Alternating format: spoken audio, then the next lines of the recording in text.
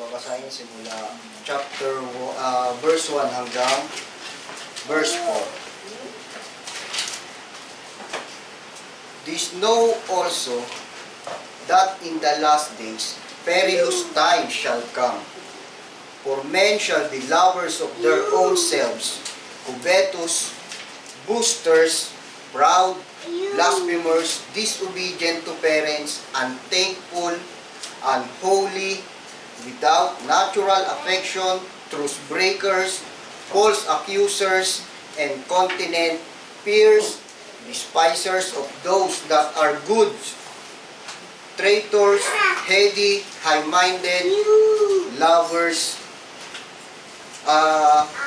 of pleasures more than lovers of God. Tayo po'y manalangin. Panginoon, muli, salamat po sa pagkabasa po ng inyong pong salita. Salamat po sa muli na aming pong pag-aaral, pagtatalakay po ng inyong pong salita. Dalangin po namin katiting po na dunong kaunawaan na nagmumula po sa inyo, upang ito po ay amin pong maunawaan. At Panginoon, maraming salamat po. Purihin ka sa pangalan ni Jesus. Amen. Kung atin pong matatandaan, atin pong tinalakay nung nakaraan, ito pong, but realize this, na that in the last day, difficult times will come. Kasi mga kapatid, yung sinabi po dito na but, na conjunction po, ito po is indicates a change of direction from the admonition to be a godly vessel po for honor. Ito po yung one characterize po ng kindness, patience, tsaka po ng gentleness. Diba? To the admonition to be a responsible at fearless guardian of God's people. Yung pong kailangan po natin silang protektahan. Protektahan po saan? Sa mga false doctrine. At yung pong realize this, ito naman po is translate a Greek present tense which is often note before. Ito po yung carries the ideas of constancy and continuity. Yung ibig sabihin po, hanggat tayo po ay binibigyan ng ating pong Panginoon ng lakas at hininga upang maglingkod sa Panginoon, dapat po natin sundin, higit sa lahat pansinin, pakinggang mabuti, unawain ang alin po, yung pong warning ni Pablo. Kasi nga po, realize this, o sa ibang salin is, this known also, na that in the last days. Kasi mga kapatid, ito pong last days dito na nabanggit, ito po yung last day po ng church. Nasimula pa po sa kanila Pablo, hanggang sa ngayon, at sa darating, grabe po ang dadating. Makakaranas po ang church ng difficult times will come. Dahil ang warning po ni Pablo dito ay para po sa church, para po sa atin. Hindi po para sa mga sangkatauhan o sa pangkalahatan, kung hindi, warning na po ito sa loob ng church. Na tayo po ay makakaranas ng chilepos, difficult. Ito po yung carries the ideas of perilous o grievous times in the last days. Ginamit po ito sa Matthew 8:28. Yung dinescribe po yung dalawang demon-possessed men. Diba? Sila ay violent, fierce, that no one could pass by. Diba? Kasi mga kapatid, implies po ito sa nagpapahiwatig po ng isang sitwasyon ng tao na nakakaranas po ng matinding hirap o matinding panganib. Kaya nga po, sinundan niya dito sa verse 2 na, for men shall be lovers of their own selves. Ito po ang ating tatalakayin dito ngayon sa verse 2 na for men shall be lovers of their own selves, o sa ibang salin, for men will be lovers of self. Kasi mga kapatid, sa context na ito po, ito pong nabanggit po dito namin. Sabi ko nga po kanina, ang warning ni Pablo ay para po sa church. Hindi po ito tumutukoy sa sangkatauhan o sa pangkalahatan o sa mga believers. Kaya ito pong men na ito, especially po, ito po ay sa loob ng church. Ito po yung mga members, ito po yung mga leaders, teachers, mga nangunguna sa church, di ba? At higit sa lahat, ito pong mga men na ito po ay hindi lamang po basta nag-claim the name of Christ, but kiniklaim din po nila na sila po ay kanyang ministers, kanyang prophets, di ba? Kanyang pastors, teachers, evangelists. Kasi kung atin pong pag-aaralan itong men, mga kapatid, ito pong men po dito na binanggit ni Pablo, ito po ay mga apostate. Ano ba po ang apostate? Kung apostate po, ito po ay mula po talaga sa katotohanan. Totoo talaga ito. Totoo, naglilingkod, but darating po ang araw o taon, buwan, 50 years kang naglilingkod, bigla ka na lang aayaw sa turo ng Diyos. Magkakaroon ka ng gusto, i-deny mo ang salita ng Diyos, at kung ano-anong papakinggan mo. At ang masaklap nito, ito po igaling sa loob ng church. Kaya nga po ang warning ni Pablo, sa loob ng church, makakaranas tayo ng difficult times. Kaya itong for men will be lovers. Di ba? Lovers of self. Kasi mga kapatid, nagbigay po si Pablo ng 18 po na karakteristik po dito ng mga apostate. Diba? Na nagdi-deny po sa godliness at power po ng ating Diyos. Ito po yung mga ungodly apostate men and doubtless women, yung mga walang duda pong mga babae na who have corrupted and will continue to corrupt the Church of Christ hanggang po sa pagbabalik ng ating Panginoon. Kasi ang nabanggit po dito na first characteristic po, ito po, men will be lovers of self. Ito po yung pride of self. Ito po ay laganap. Diba? Ito po ay laganap na nakamamatay na kasalanan na bumabalot po sa tao. At ito po ang foundation ng sin of all others. Kaya nga po, it might be called the sewer. Ano nga po yung sewer? Imburnal. Out of which the rest of these ugly sins are discharged. Kasi ang lovers of self po na nabanggit dito, ito po ay in Greek is pilautos. Ito po yung self-loving, selfish, o meaning characterized by an excessive regards for oneself and one's own interest. Kaya nga po ito pong pilautos is derived from the two Greek na ang una po is from pilos, meaning loving or fond of. At sumunod po, ito pong autos, meaning self. Kaya nga po, self-loving. Diba? Masyado kang mapagmahal sa sarili. Kailangan sarili muna. Dahil ang katuruan ngayon, sa mga relihiyon, kailangan mahalin mo ang sarili mo. Paano mo mamahalin ang Diyos kung hindi mo mamahalin ang sarili mo? Kailangan una lagi ang sarili mo. Bago mo mahalin ang kapatiran, bago mo mahalin ang kapwa mo tao, kailangan mahalin mo muna ang sarili mo. Kasi hindi naman po masama yung salitang love. Hindi po yun yung nagpapasama. Ang nagpapasama po kasi doon yung salita pong self, ang pagmamahalan mo. Kasi kung atin pong itinataas ang atin pong o nagpapaangat o mataas po ang pagmamahal po natin sa atin pong sarili, ito naman po yung nagpapababa sa pagmamahal sa Diyos. Diba? Sa mga bagay na ukol o patungkol sa Diyos. Kasi for that reason, misdirected love always engenders vice. O yung maling pag-ibig po ay laging nagdudulot po ito ng bisyo o nagbubunga po ng kasamaan. Yung labis na pagmamahal. Ito po ay unang nagmula. Kanino ba ito unang nagmula? Ito po yung nagmula kay Lucifer, di ba?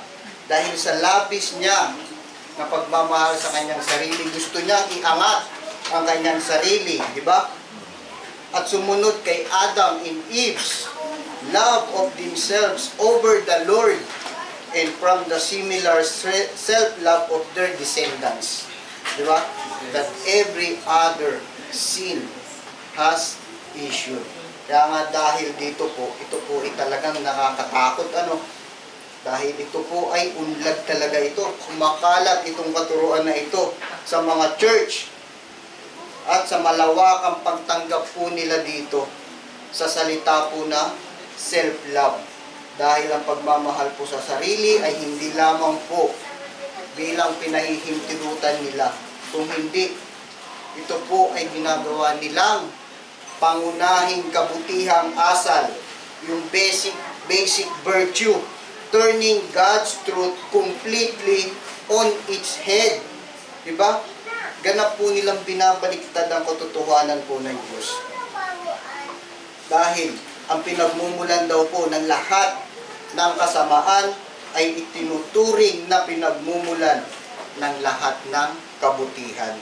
At sa kabilang banda, ang kawalan po ng pagmamahal daw sa sarili o kawalan ng pagmamahal sa sarili at ng maraming kaakibat nito, tulad po ng pagpapahalaga sa sarili, ito pong self-esteem o self-worth, self-fulfillment, and positive self-image, halos hindi po nagbabago na madala po ang church sa anti-biblical secular psychology. Diba? Kasi mga kapatid, marami talagang nag-claim nito. Diba? Sabi pa nga ng iba is, ang katuruan nila ay health and wealth gospel. Diba?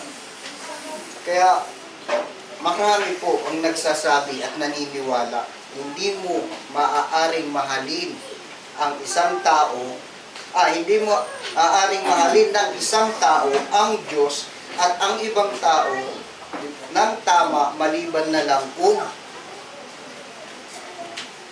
mahamahalin niya ang kanyang sarili ng tama.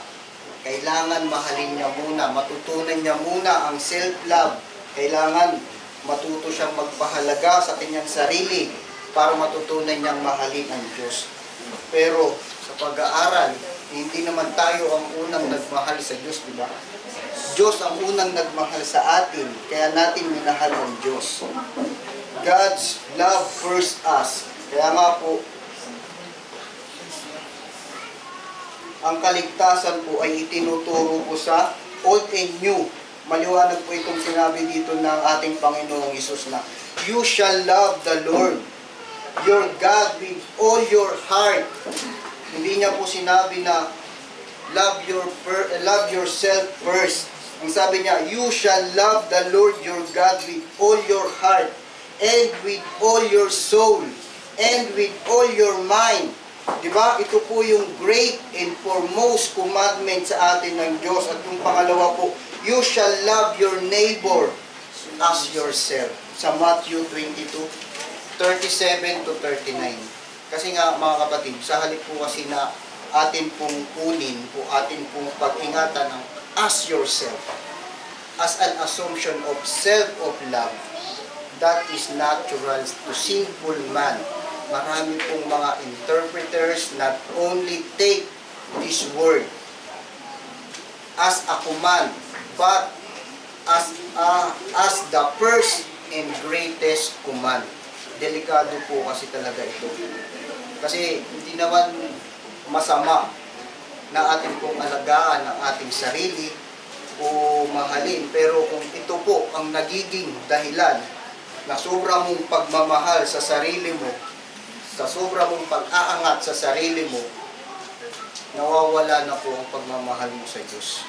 Kasi throughout po sa church history, marami po ang mga Christians, di ba, na nagkakasala po sa baluktot po na self-love. Kasi self-love always has been associated with worldliness. But hanggang ngayon, ay hindi po ito kailanman kasi itinuturo bilang isang doctrinal tenet in the church. Kahit yung mga theologians have recognized self-love or pride was as the root sin of all others. Diba? Pero marami pa rin po talaga ang pinipilit ang kakulangan o kawalan ng self-love o ang self-esteem ang ugat ng problema po ng tao. Diba? Pag wala ka daw self-love, self-esteem, ito po ang ugat ng problema ng tao.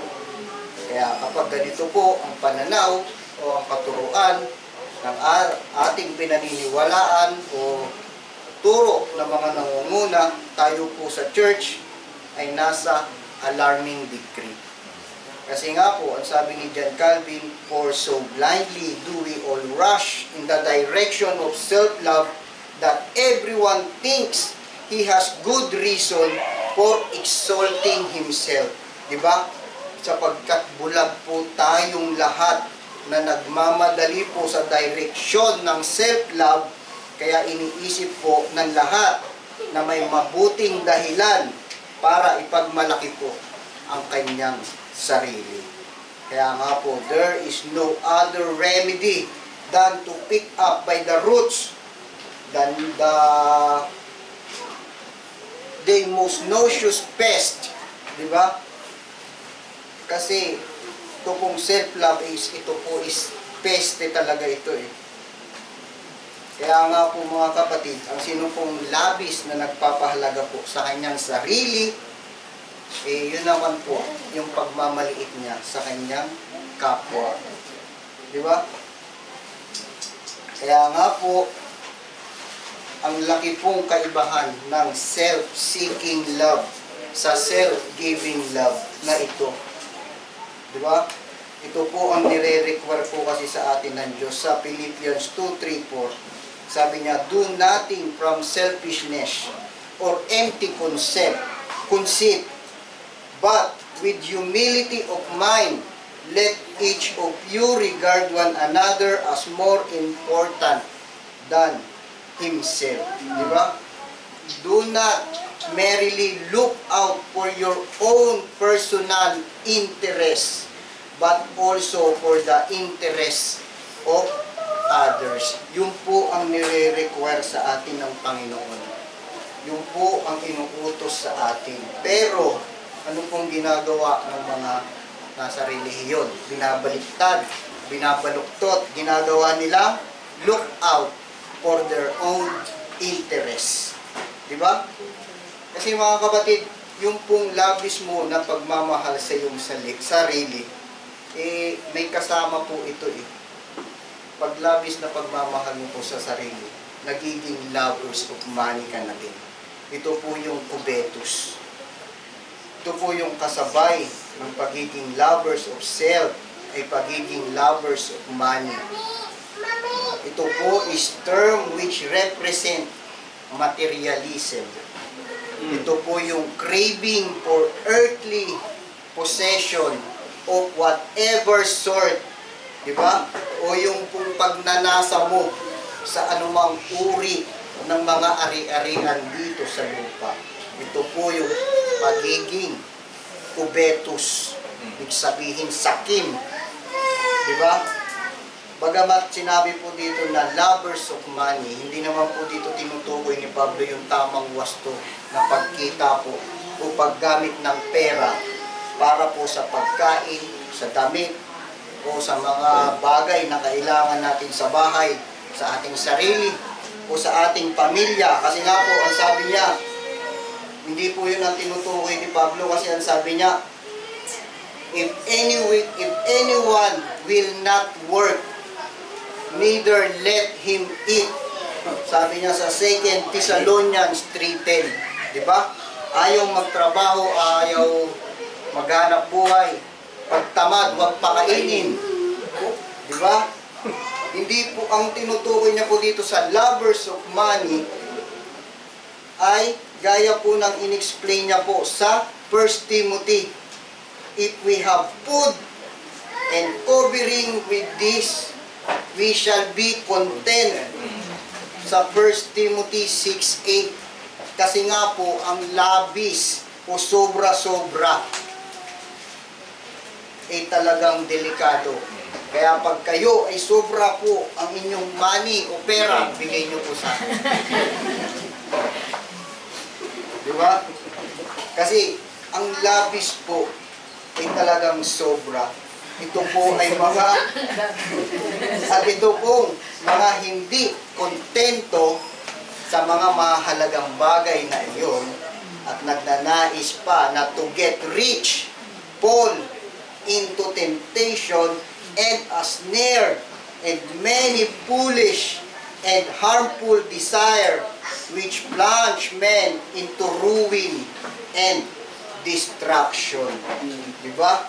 Kasi mga kapatid, for the love of money is a root of all sorts of evil, and some by longing for it have wandered away from the faith and pierced themselves through with many sorrows. Sabi nga po sa 1 Timothy 6:9-10. Diba? Kasi mga kapatid, mahirap po kasi na sa sobra mong pag-iisip, sa sobra mong paghahangad ng pera, na gusto mo lahat na lamang ng gagawin mo ay kailangan may bayad. Halimbawa, atin tayo sa church. Pag tayo ay binibigyan ng pamasahe, binibigyan ng kapatiran, kailangan aatin tayo kasi ang nasa isip na natin is pera. Naglilingkod na lang tayo, bagamat tayo tatayo sa pulpito, magbabahagi ng salita, at ang nasa isip natin ay pera kasi meron nagbibigay, meron tayong nakukuha. Mga kapatid, ibig sabihin tayo po'y naglilingkod, hindi na po sa Diyos. Kasi pera na lang ang ating iniisip. Aatin tayo sa church dahil may makukuha tayo. Aatin tayo kasi may magbibigay ng bigas. May magbibigay ng pang-ulam. Pag wala, lilipat sa ibang church. Diba? Para tayong tipaklong, patalon-talon. Hindi natin nauunawaan kung ano talaga ang turo kung bakit tayo umaatin. Diba? Aatin tayo kasi meron tayong nakukuha. Yung sabi ni Pablo is not merely look out for your own personal interest, but also for the interest of others. Hindi po kailangan na look out for their own interest. Kailangan aatin tayo, kailangan tayo maglilingkod kasi meron kapalit.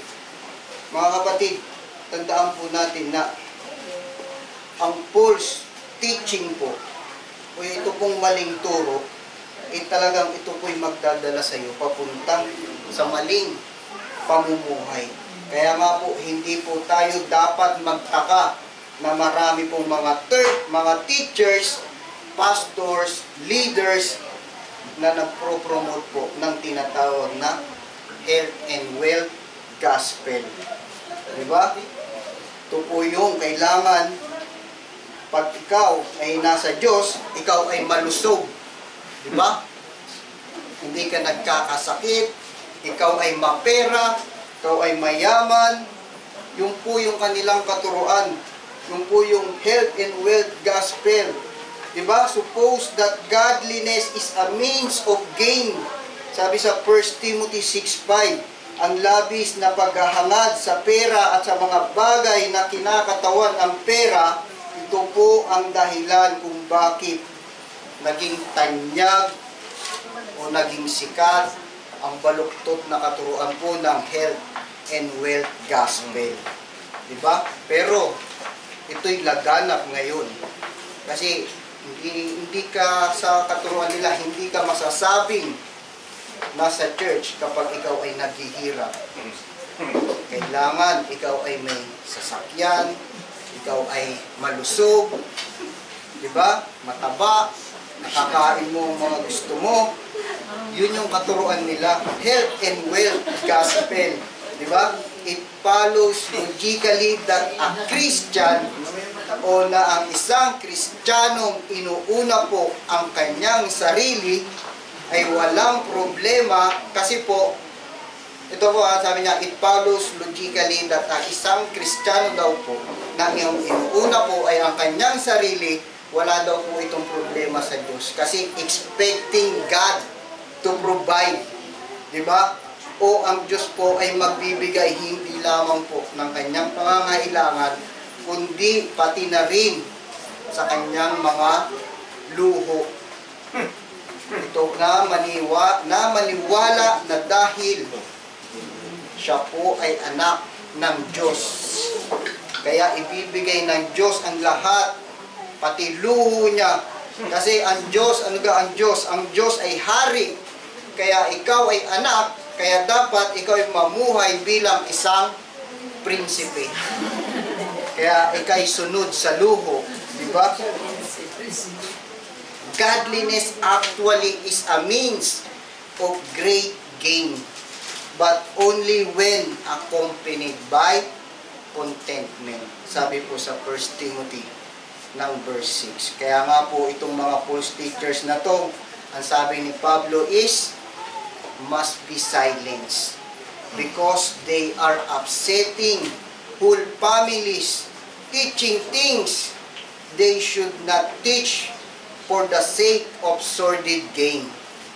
Sa Titus 1:11, they are consumed with self, which inevitably heads to greed, and in their greed, they will exploit you with false words. Sabi niya po sa 2 Peter chapter 2 verse 3. Kaya nga po mga kapatid, ito po ay cycle lamang po ito ng kasalanan. Na ang ibig sabihin po, yung cycle po, yung kasakiman ay humahantong po sa maling turo, at yung maling turo po ay humahantong naman sa kasakiman. Kaya nga po itong mga false gospel of self-love and prosperity ay magkasama po talaga ito. Yung self-love, prosperity, lovers of money, kasi pinopromote po nila at pinapakain ng isa't isa. Nagtutulungan po sila. Kaya makikita po natin na talagang tayo po ay winawarningan ni Pablo na darating ang last days, makakaranas tayo ng difficult times, diba? Perilous, grievous. Kaya nga dapat po nating intindihin yung kanya pong warning. Kailangan natin pansinin ito. Kasi akala ba natin ang saya ng ating buhay, ang saya ng ating paglilingkod, bigla na lang magra-rapture? Hindi po Nagbigay ng warning si Pablo. Diba? Bago po dumating yun, talagang maghihirap po ang church. Kasi ang masaklap noon, nasa loob ng church, maraming apostate. Kasi hindi naman po pwedeng mag-rapture, kasama ang apostate. Lalabas ang kulay nito. Aayaw ito sa katuruan ng Diyos. Makikinig sa iba. Gusto niya iangat ang kanyang sarili. Gusto niya pahalagahan ang kanyang sarili. Gusto niya pera. Gusto niya pag birthday niya, kailangan niya ng sasakyan. Diba? Ganun. Lalabas. Kaya ang kawawa, ang church. Kaya marami pa po ditong binigay si Pablo ng mga warning dito sa mga apostate men na ito na tinatawag. Meron pa po tayong tatalakay sa susunod na boosters. Ito po yung proud, blasphemers, disobedient to parents. Yun, disobedient to parents. Diba? Talamak ito. Unthankful, unholy. Yan po ang ating tatalakayin sa susunod. Ang ating pong tinalakay ngayon is lovers of their own selves. Labis na pagmamahal, pagpapahalaga sa sarili, at lovers of money. Kaya mga kapatid, kaya tayo ay hindi po pwede na pa-easy-easy. Diba? Hindi po tayo kailangan umaatin dahil sa ating mga personal own interest. Kailangan tayo po ay aatin, maglilingkod ayon po sa kalooban ng Diyos. Tayo po manalangin, Panginoon, muli, salamat po sa amin pong tinalakay na inyo pong salita. Salamat po sa warning na ibinigay po sa amin. Salamat po sa kalakasan, dunong na nagbumula po sa inyo. karunungan din po. Kaya Panginoon, muli, purihin ka sa pangalan po ni Jesus. Amen. Amen. Okay. So, nalala ko po yung taga-Sariaya, yung mayaman na nation. Pinapasal, Che, halika. Bakit po? Balita ko, hinahabol mo ang kalsada lagi. Hindi mo kaya habulin ang kalsada, mamamatay ka. Naalala ko tuloy yung mga self-lover. Laging pinipilit ang kanilang sarili. Nakalimutan na nila yung iba. Kasi pang sarili nila. Totoo po yun, talagang warning. Sabi ko nga sa inyo, ang isang tao pwedeng baguhin ang buhay, gospel of salvation. Without the gospel of salvation, wala hong buhay na mababago. Kasi ang emphasis is sin.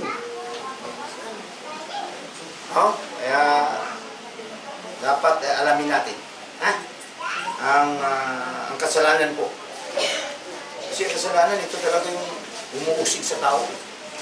Kaya ang tao ay makasarili, ang tao ay walang pakialam. Dahil nga po sa kasalanan. Masaklap pag namatay ka. Yun ang inay. Lahat naman po tayo mamamatay, tandaan ninyo. Kung mo sabihin si Marlo may sakit, una pang mamatay sa akin yan, hindi mo masasabi. Ang tao ho, kahit tulog, patay. Kumakain, patay. Naglalakad, nagmamaniho. Tandaan ninyo yan.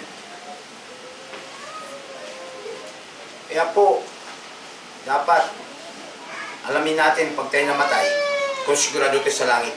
Kasi ang kaluluwa natin, may impyerno, may langit eh. Ang worst po noon pag nasa impyerno ka.